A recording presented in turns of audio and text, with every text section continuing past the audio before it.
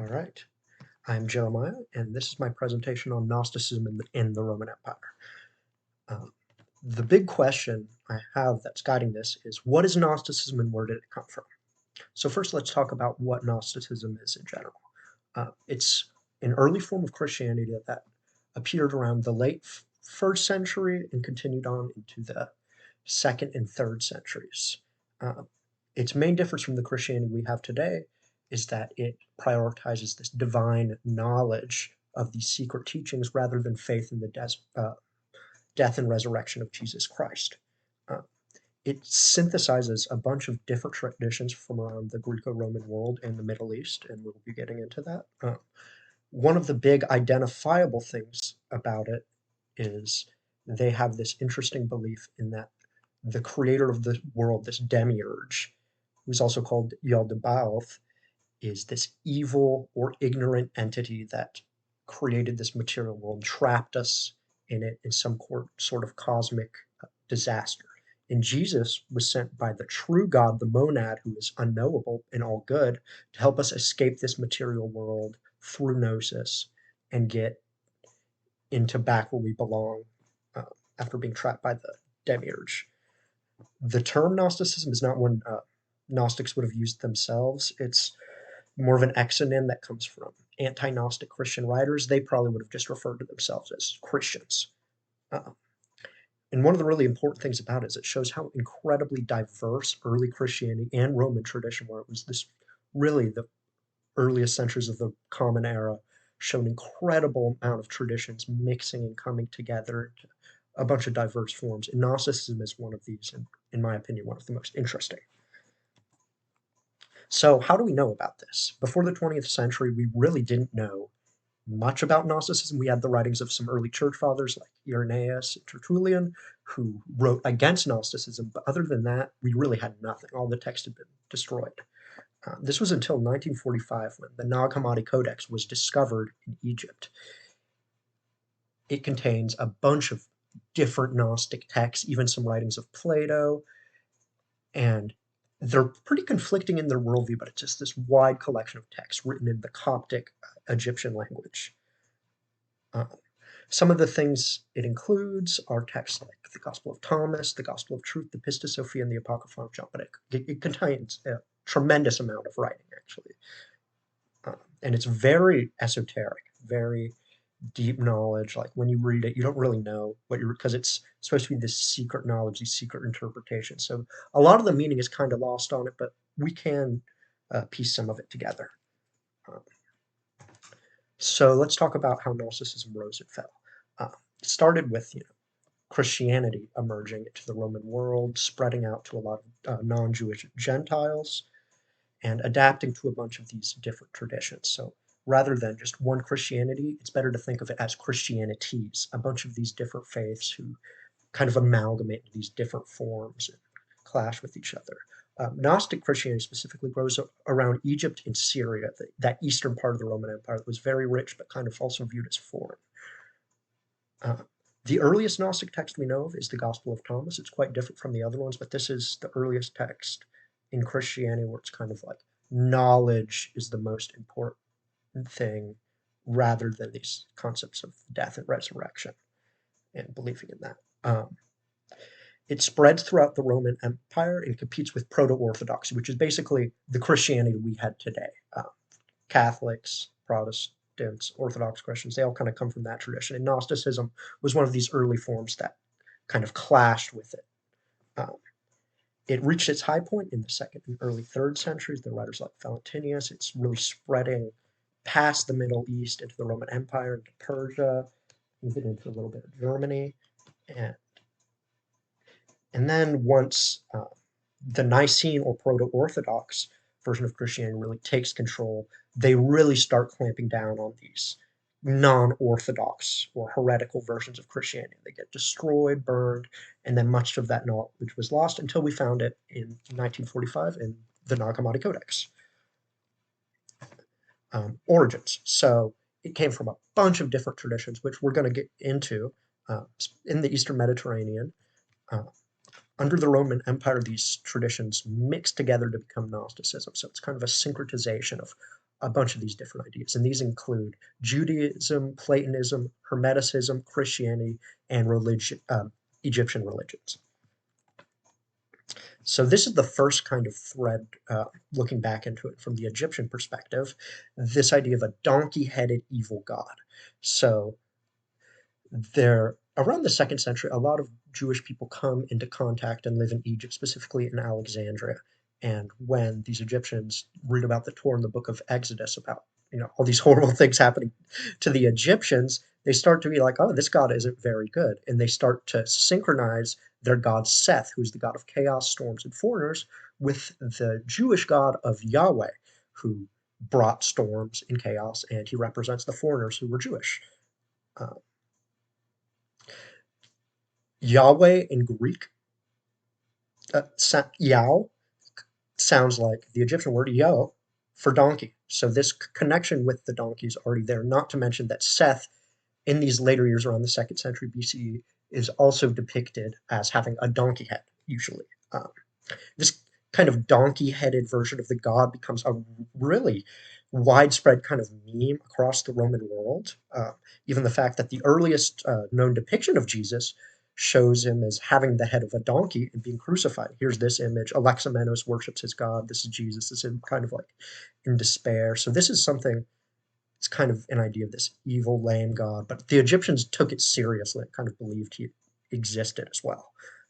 And this was found in Rome, not Egypt, this specific inscription. So here's another influence we have from Plato. So Plato's views are very widespread in the Mediterranean, the Roman world.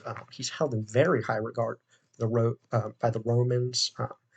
We even find a number of his writings in the Nag Hammadi Codex. So among these Gnostic Christian things, we just have straight up texts of Plato, like the Timaeus, being written right aside it. And this is important because this idea of this demiurge, this kind of creator, comes from Plato. It just kind of means like demiurgos, craftsman, but later in the Gnostic tradition, it became to be viewed as evil uh, in the Gnostic tradition.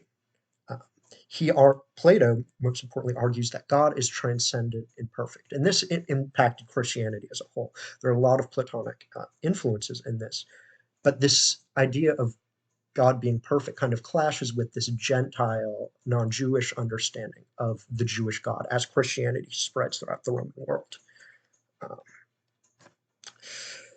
and then we see Christianity moving away from its Jewish roots.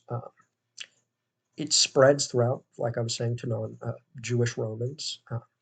Over time, we see the Gospels becoming a bit more anti-Jewish in their outlook. The earliest Gospels of Mark and Matthew really have a very Jewish perspective of Jesus as the Jewish Messiah, the Jewish God for the Jewish people. In these texts, like Luke and John, which the audience is much more of a Gentile, non-Jewish Roman audience, it starts to move away from that, in that Jesus becomes more anti-Jewish in what he's saying, what he didn't really say in the earlier Gospels. One of the most impactful ones of these is when he's arguing with the Pharisees in the Gospel of John. He says to them, they're saying like, "Oh, do we not all come from the same Father? Are we not the children of Abraham?" And in John, what Jesus says to these Pharisees is, "You belong to your father, the devil, and you want to carry out your father's desires." So even then, in the Bible, we have these ideas, and obviously this is interpreted a lot of different ways, but the Gnostics interpret this as saying literally the God of the Jewish religion is evil, and the God of Jesus is someone who's transcendent, that is, of a different God. Uh, and then we start to see this kind of formulate into an actual practice of Christianity under Marcion. He's born 85 AD in Sinope in the Roman Empire. Uh, he is actually one of the earliest Christian authors to put together a collection of texts that would become the Bible, called the Apostolicon. Uh, he believed the God of the Old Testament was evil. He was a student of Plato and believed like there's no way this God could have done what he did in the Old Testament and be the God of Jesus. So he was certain that these were two different gods, uh, and that Jesus's God was totally separate from the Old Testament God, and it was this all-knowing, all-perfect entity. Uh, but this is not quite Gnosticism yet, but this is a big idea that's going to go into it and impact the rising Gnostic tradition.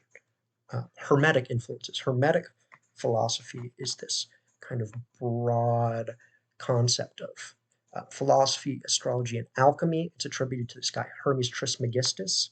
He's kind of this combination of the gods Hermes and Thoth. A lot of these very esoteric ideas and writings in the Nag Hammadi Codex are very similar to a lot of these Hermetic writings that are very kind of confusing and go into this kind of Eastern mystery cult trend that was going on in the Roman Empire at the time. So this would have a very wide influence on Gnosticism. Specifically, one of the biggest uh, influences would be that there's a high god and these lower rulers, which would later by Gnostics be called archons, who administer the world around them. So there's this idea that there are these kind of archons under Yaldabaoth, this evil god that kind of rule this material world and kind of torment the humans. Uh, yeah. Uh, and then Jewish influences. So even though there are some pretty anti-Jewish influences in Gnosticism, as we've seen earlier, there's actually quite a bit of just contemporary Jewish stuff that is going on around the time. Around the first and second century in Alexandria, there's a very large Jewish community in Alexandria. And in those communities, they look at these texts like Proverbs and the wisdom of Solomon that talk about this kind of divine knowledge that is a creation of God, but also goes along God. And the word is a feminine word in Hebrew. So they start to believe there's like this power alongside God, known as Sophia, who helps to sort of work with God around the world. This would impact Gnosticism pretty greatly, as Sophia in many of the Gnostic origin stories in Nag Hammadi would play a role in not only giving birth to the demiurge in this kind of cosmic disaster, but also regretting creating this creature and working to give this divine knowledge to humans alongside Jesus to help us get free of this material reality that we have found ourselves trapped in. So all of these ideas really mix together and create what we know today as Gnosticism. Uh, Around the second century, we see a lot of these texts in Nag Hammadi start to be written. Uh, this guy, Valentinus of Alexandria, he is a prolific Gnostic writer. He opens a Gnostic school in Rome, and this really helps kind of spread it even further in 36 AD. And it starts to become a serious competitor to the uh, proto-Orthodox Christianity. Uh, and the reactions from the rest of the Roman world to this kind of vary. Pagans, we don't really have any writings of them, and they probably didn't care to distinguish between Gnostic Christians and Proto-Orthodox Christians. But a lot of Proto-Orthodox Christians were very concerned seeing this faith that they saw as deeply heretical coming out and in some places even out competing them.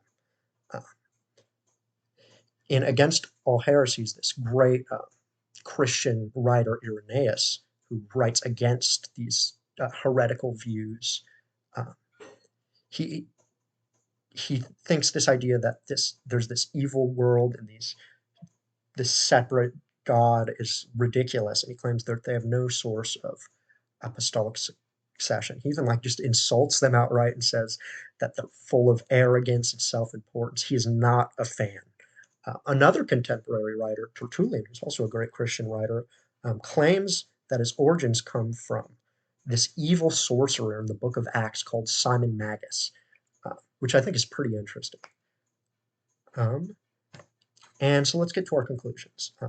Gnosticism is an early version of Christianity that has very different beliefs than the tradition that was passed down to us today. It comes from a wide array of beliefs that mix together in the context of the Roman Empire. Really, this couldn't have happened without this vast communication network that the Roman Empire created. Uh, the Roman Empire itself was incredibly religious, diverse, and these beliefs all interacted with each other and morphed, and it's a really beautiful process that was really kind of like saved as a snapshot in these writings of the Nag Hammadi codices. Uh, and also, early Christianity was incredibly diverse. There are a bunch of different traditions, many of which died out early on, but we can still see evidence of in a lot of these writings, whether they be from these Christians themselves or other Christians who really hated them. But yeah, that's my presentation.